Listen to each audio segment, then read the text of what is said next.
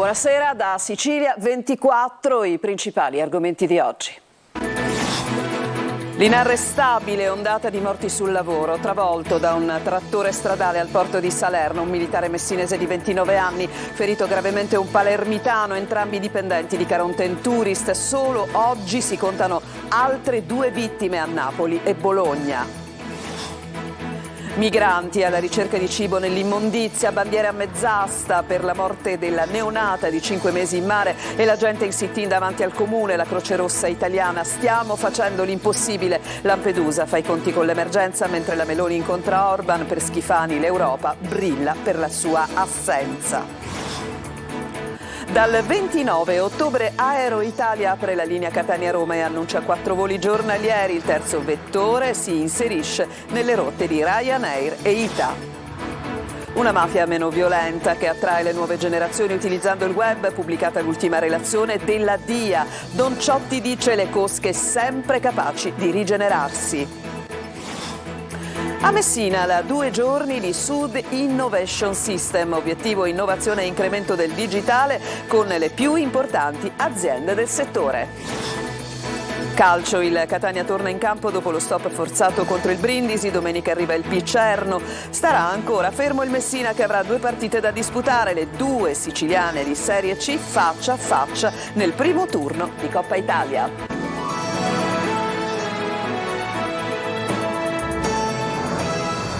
Ancora ben trovati dal nostro telegiornale, apriamo purtroppo il nostro giornale questa sera ancora una volta parlandovi di morti sul lavoro. Oggi sono state 3 le vittime nel paese, tra loro un ufficiale di 29 anni di Messina, dipendente della Caronte Tourist, vittima dell'incidente che è avvenuto oggi nel porto di Salerno. È stato ferito anche un altro collega. Sono stati travolti entrambi da un mezzo pesante mentre manovrava sulla banchina del porto. Francesco Triolo. Quello dei morti sul lavoro sembra essere un elenco che non conosce fine. Un altro incidente è avvenuto sulla banchina del porto di Salerno e ha causato un morto ed un ferito grave. La vittima è l'ufficiale della Caronte Tourist Antonino Donato, ufficiale di coperta di 29 anni, messinese.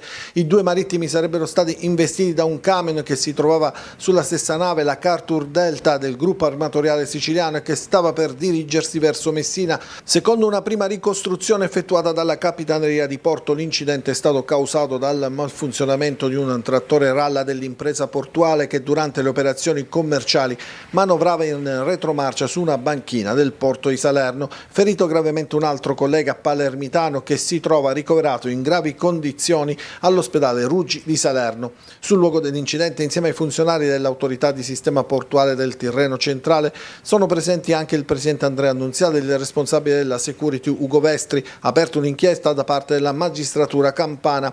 Caronte Tourist ha espresso in una nota enorme dolore e costernazione per una tragedia immane che ha già causato la perdita di una giovane vita, di un ufficiale da tutti ben voluto ed apprezzato.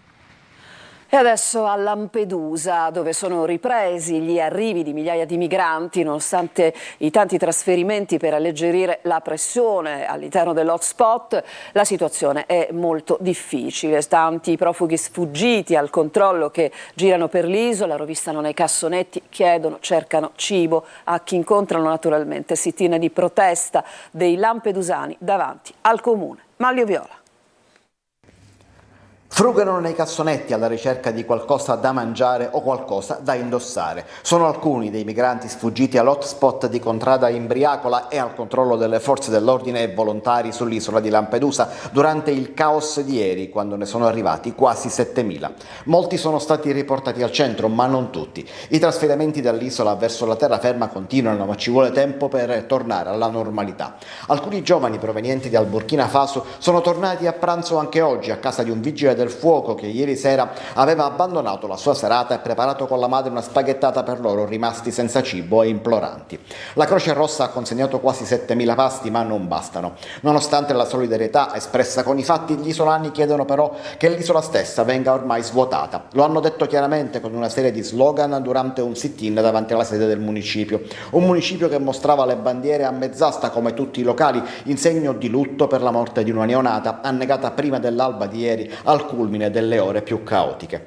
Come se non bastasse, ci sono anche i tentativi di rientro da parte di chi non ha diritto alla protezione internazionale. La squadra mobile di Agrigento ha arrestato 8 immigrati perché tornati a Lampedusa nonostante i decreti di respingimento per 5 o di espulsioni per altri 3 di loro. Grazie all'iter di identificazione con rilievo delle impronte digitali e fotosegnalazioni sono stati identificati e quindi espulsi, anzi arrestati. Intanto la Premier Meloni riceve il sostegno del primo ministro ungherese Orban e adesso cerca di portare il caso di Lampedusa al centro d'Europa, investendo della vicenda la Presidente della Commissione europea Ursula von der Leyen. Intanto, dopo una notte di tregua, sono ripresi gli arrivi e altri 84 migranti sono stati salvati in queste ore a sud di Lampedusa. L'Europa brilla per la sua assenza. Sono le parole del governatore Schifani, che critica la posizione dell'Europa rispetto all'emergenza a Lampedusa e nello stesso tempo annuncia una visita imminente sull'isola. Lo ha sentito per noi Emanuela Corsi. L'Europa in questo momento sta brillando non soltanto per la propria assenza, ma nello stesso tempo non ci dà risposte anche sulle motivazioni per cui non interviene nei confronti dei paesi frontisti. Lampedusa è sotto stress, la Sicilia, il governo è vicinissimo agli sforzi che sta ponendo in essere il ministro Piantedosi, la Croce Rossa. A giorni andrò anch'io a Lampedusa, oggi il responsabile della nostra protezione civile, Ingegner Cocina, si sta recando a Lampedusa per portare sostegno, portare coperte, scarpe, abiti, tutto quello che può essere necessario d'emergenza a queste persone. Però devo dire che quello che sta succedendo in queste ore è molto strano e spiacevole. Cosa ne pensa invece di questa decisione di Francia e Germania di alzare dei muri sostanzialmente? Mi auguro che venga rivisitata perché non è una decisione che onora l'Europa. Sul caro voli, Aeroitalia annuncia 4 voli giornalieri tra Catania e Roma. Saranno operativi dal 29 di ottobre. Il terzo vettore si inserisce così nelle rotte di Ryanair e ITA. Luca Ciliberti. 4 voli giornalieri per collegare Catania a Roma. L'offerta di Aeroitalia si aggiunge ai vettori già presenti, ITA Airways e Ryanair, in un momento in cui il governo Meloni prova a mettere paletti sul caro voli. La convinzione e la ragione per la quale siamo qui è quello di considerare il trasporto aereo, soprattutto in un'isola, come parte integrante delle infrastrutture del territorio e conseguentemente da questo punto di vista la convinzione è che evitare speculazioni eccessive rappresenta un vantaggio per tutti quanti. La nuova rotta annunciata oggi, che si aggiunge a quelle operate da e per Comiso, scala al quale Aeroitalia ha guardato sin da subito con importanti investimenti, sarà operativa dal 29 ottobre e consentirà di aumentare la concorrenza. Questo è un passaggio importante che, ripeto, aggiunge concorrenza e quindi determinerà certamente, spero, prezzi più bassi per chi viaggia e soprattutto per i siciliani che hanno necessità di spostarsi non avendo mezzi diversi rispetto attualmente agli aerei. Aeroitalia è il cosiddetto terzo vettore voluto fortemente dal presidente della regione Renato Schifani, soprattutto contro le politiche aggressive praticate dalle altre 2 compagnie con algoritmi e impennate di prezzi soprattutto nei periodi di alta stagione. E proprio su questo il decreto Asset vuole intervenire chiedendo il price cap, ovvero un tetto alle tariffe soprattutto per chi viaggia sotto data. Una mafia meno violenta che attrae le nuove generazioni comunicando anche sul web e che punta ai fondi pubblici nazionali e comunitari. È quello che emerge dalla nuova relazione della direzione investigativa antimafia. Cosa Nostra, sempre in cerca comunque di manovalanza criminale. Tonino De Mana. È una mafia che perde pezzi ma che al tempo stesso si rinnova, attrae le nuove generazioni e per farlo punta web e metaverso. A rivelarlo è la relazione della direzione investigativa antimafia che pone l'attenzione sulle piattaforme di comunicazione criptate ed in generale su internet e dark web. Il documento, che fa riferimento al secondo semestre 2022, presenta un focus proprio sul nuovo scenario con Europol che ha già evidenziato le potenziali criticità.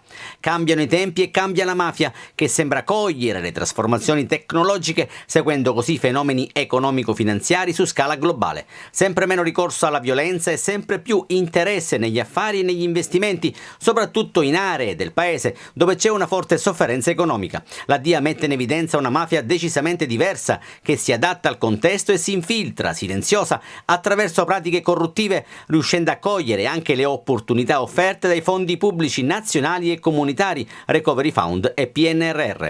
Comanda l'andamento 'ndrangheta, assoluta dominatrice della scena criminale anche al di fuori dei tradizionali territori di influenza, con mire che interessano tutte le regioni italiane, con lendrine calabresi ormai esperte di narcotraffico e capaci di gestire una complessa e affidabile catena logistica, specie in Sud America. Mafia che cerca di organizzarsi e che dopo la morte di Riina e Provenzano e l'uscita di scena di Messina Denaro, ormai sul punto di morte, cerca nuovi leader, ma che comunque riveste sempre un fascino sulle nuove generazioni, un esteso bacino d'utenza finalizzato ad ampliare la necessaria manovalanza criminale. Dalla mafia alla violenza dei giovani e poi il capitolo migranti. Abbiamo intervistato Don Luigi Ciotti, il presidente di Libera, oggi a Palermo per un convegno sulla lotta alla criminalità organizzata. Il servizio. A Palermo, in occasione di un convegno sull'analisi, prevenzione e contrasto della criminalità organizzata, Don Luigi Ciotti, presidente di Libera, affronta diverse tematiche. Oggi è la vigilia del 30° anniversario dell'eccidio di padre Pino Puglisi. Qualche giorno fa il parroco della chiesa di Brancaccio aveva detto: tante cose non sono cambiate in questo quartiere. Don Ciotti sa che la mafia in determinate zone è ancora radicata. Il problema della mafia è un problema serio. L'abbiamo sempre detto che l'ultima mafia, dopo gli arresti, le grandi operazioni, tutto quello che è stato fatto, che viene fatto, non dimentichiamoci delle cose belle, importanti e positive, ma non basta, perché l'ultima mafia è sempre la penultima, perché nel codice genetico dei mafiosi ci sta un imperativo, quello di rigenerarsi, di rimettersi in gioco, di cercare nuove strade, nuove modalità, nuove rotte. Allora tocca a noi, anche a noi come cittadini, associazioni, movimenti, chiesa, rigenerarci sempre di più, dare continuità al nostro impegno, non sottovalutare. Don Luigi Ciotti affronta anche il tema delle baby gang, tra stupri e violenze, e poi maggiore impegno per la tutela delle donne. C'è un problema delle persone, un problema del mondo adulto, chi ha una responsabilità nella scelta delle politiche, degli interventi, chi è che ha la responsabilità di creare dei percorsi educativi, culturali, sociali. Chi è che ha un ruolo? Ecco, il ruolo della famiglia, il ruolo della scuola. C'è un mondo adulto che deve interrogarsi, senza togliere responsabilità che poi ricadono sui ragazzi che commettono delle forme di violenza e di reato. Ma quali opportunità offriamo loro? E poi si passa al capitolo migranti, con l'hotspot di Lampedusa pieno all'inverosimile. Io provo tanta, ma proprio tanta sofferenza, tanto dolore, perché sono deportazioni indotte queste di questi migranti. Fuggono dalla fame, dalla mancanza di opportunità di lavoro, dalla siccità, dai conflitti, dalle guerre. E di fronte a tutto questo c'è un mondo che deve interrogarsi, cominciando da quegli organismi internazionali che devono affrontare il problema. No, e non è che respingendo abbiamo risolto tutto il problema. E noi abbiamo delle grosse responsabilità in questo senso. È tornato in libertà Giuseppe Arcidiacono, 65 anni, dirigente medico dell'azienda ospedaliera Garibaldi di Catania ed ex esponente di Fratelli d'Italia, candidato a sindaco ma poi ritiratosi, che era appunto agli arresti domiciliari dal 29 aprile scorso nell'ambito di un'inchiesta della Procura sulla sanità.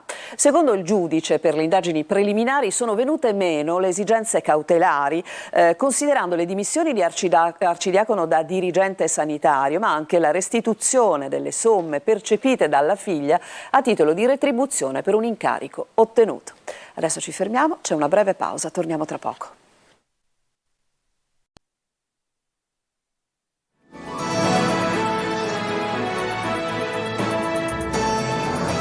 Siamo tornati in studio per la morte di Ayman, il giovane marocchino trovato carbonizzato a Merì, nel Messinese. Ci sono 2 indagati per false dichiarazioni. L'ipotesi della procura è di istigazione al suicidio. Giusy Lazzara.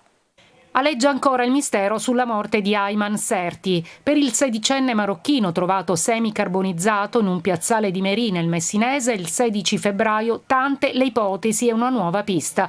La procura di Barcellona Pozzo di Gotto ha aperto un fascicolo contro ignoti, ipotizzando il reato di istigazione al suicidio. E mentre si indaga per capire se il ragazzo sia stato vittima di atti di bullismo o di un'azione punitiva, i magistrati hanno iscritto nel registro degli indagati 2 persone per per false informazioni rese nel corso delle audizioni durante il procedimento penale. Indagato un uomo di 44 anni, gestore di un distributore di carburante dove, secondo quanto accertato dalle indagini, Ayman si sarebbe procurato la benzina per poi suicidarsi. Il benzinaio però nel corso dell'interrogatorio ha smentito questa circostanza. Un secondo avviso di garanzia è stato notificato a un ragazzo marocchino, amico della vittima, il quale durante gli interrogatori avrebbe mentito al pubblico ministero che lo sentiva sui suoi ultimi contatti con il sedicenne, provvedendo anche a cancellare messaggi e chiamate sul proprio telefonino. Resta da capire cosa e quali circostanze avrebbero portato alla morte del ragazzo. E novità anche dall'esito dell'autopsia, che ha confermato che Ayman non si drogava e non beveva alcolici, sia di recente rispetto alla morte sia in passato. Una notizia che restituisce dignità alla famiglia, che fin da subito non ha mai creduto alla tesi del suicidio e cerca ancora verità.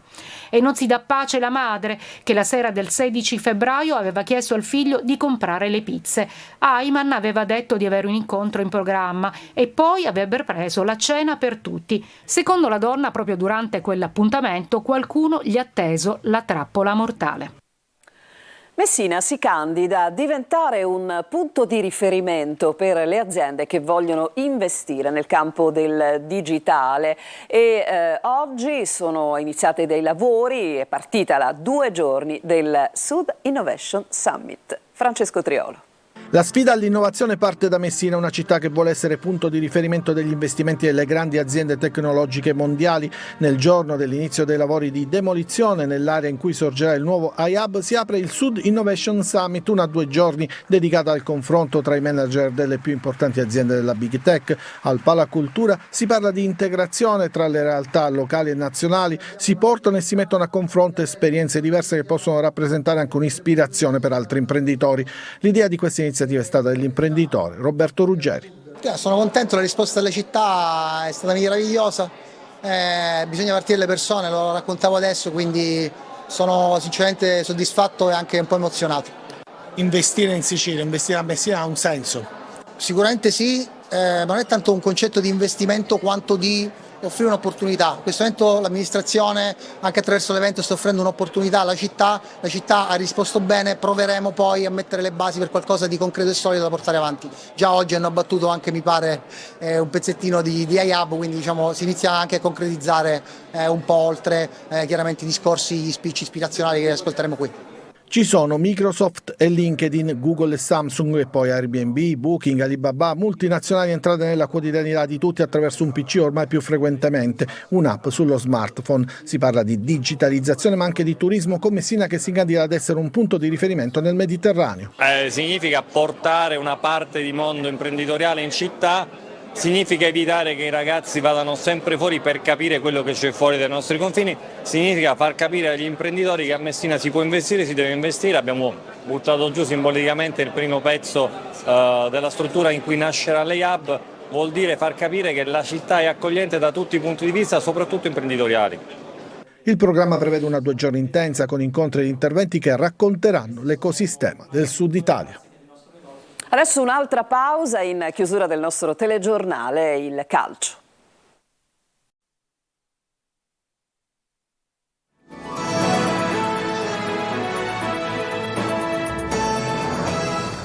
C'è il calcio in chiusura di telegiornale, cominciamo dal Palermo per il quale si avvicina l'impegno di campionato di sabato ad Ascoli. Corini vuole assolutamente sfatare il tabù sosta e punta certamente alla 3ª vittoria consecutiva in campionato. Marco Gullà. Al Palermo ora tocca sfatare un tabù, quello delle soste. Il club rosa nello scorso campionato non è infatti mai riuscito a vincere al rientro dalle pause invernali o delle nazionali. Sabato Palermo che tornerà in campo ad Ascoli dopo la prima sosta per gli impegni delle nazionali, ma il tecnico Eugenio Corini questa volta sorride perché grazie ai giorni in più di lavoro è riuscito a lavorare con tutti quei calciatori che erano arrivati quasi al gong della sessione estiva di mercato. È stato importante soprattutto per gli ultimi arrivati che sono proprio arrivati sul gong del mercato, dunque integrarli, farli lavorare con la squadra. Sicuramente sono mancati i nazionali e appunto Roberto e Buttaro che stanno proseguendo il loro percorso per essere di nuovo in squadra, dunque è stato un periodo per me importante perché ci ha permesso appunto di integrare i nuovi, di lavorare su determinati concetti, di preparare bene strategicamente la partita, anche perché poi avremo un periodo abbastanza intenso, visto che giocheremo 5 partite nel giro di un mese col turno infrasettimanale. Per Ascoli, Buttero e Insigne sono out, ma a Codini non mancano certamente le alternative. L'allenatore torna sul tabù soste. Rispetto alle soste, è vero, quest'anno è un anno nuovo, di conseguenza siamo curiosi anche noi di capire come andremo a approcciare la partita dopo le 2 settimane di sosta, ma la squadra l'ho vista bene, ha lavorato bene, tutti i carichi sono controllati e di conseguenza siamo pronti per fare una grande prestazione e di conseguenza spesso le grandi prestazioni sono coronate anche dal risultato e l'upgrade di quest'anno è quello che la ricerca del risultato deve essere dentro quella prestazione. Tante conferme, Corini deve valutare la condizione fisica dei nazionali. In avanti con Insigne out, facile ipotizzare che sia Di Francesco a giocare dal primo minuto insieme a Brunori, a caccia del primo gol in campionato, e Di Mariano che dovrebbe traslocare sulla destra. Terza giornata di Serie C nel fine settimana, il Catania torna in campo dopo lo stop forzato contro il Brindisi, domenica infatti arriva il Picerno, starà invece ancora fermo il Messina, il servizio. Chi gioca e chi no. Il tempo dell'attesa sta finendo per il Catania che torna in campo domenica al Massimino con il Picerno, 17 giorni dopo l'esordio col Crotone.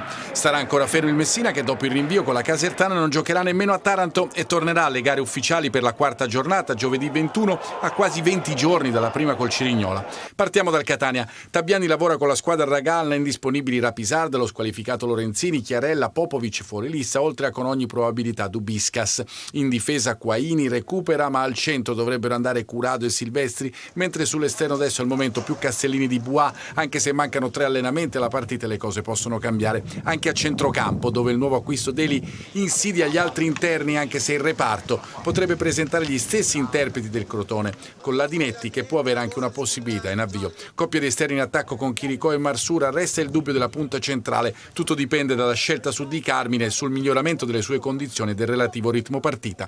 Intanto Biaggianti sui social conferma la sua nuova avventura alla guida dell'Under 17 nazionale. Ragazzi nati nel 2007, ricorda Biaggianti, l'anno in cui sul campo il Catania conquistava la salvezza contro il Chievo e lui, Marco Biaggianti, esordiva in Serie A. In casa Messina l'allenatore Modica rinvia ancora le scelte perché lo Iacovone, danneggiato dagli incendi dopo aver portato allo slittamento della gara fra Brindisi e Catania, fa spostare anche l'appuntamento fra il Taranto e la squadra della città dello Stretto, che adesso, complice il recupero certo dell'11 ottobre con la Casertana, se nello stesso mese venisse anche giocata la partita con il Taranto, si ritroverebbe a dover disputare 8 gare in 28 giorni, un inizio autunno di vero fuoco. E a dimostrazione del fatto che per le due siciliane sarà un ottobre impegnativo, arriva anche il sorteggio di Coppa Italia di categoria che mette di fronte proprio Catania e Messina nel primo turno eliminatorio che si giocherà al Massimino in gara secca. Tra le opzioni per le date definite dalla Lega Pro sono 3, 4 o 5 ottobre. Con questa notizia si chiude questa edizione di Sicilia 24. A tutti voi grazie per averci seguito e buon proseguimento di serata.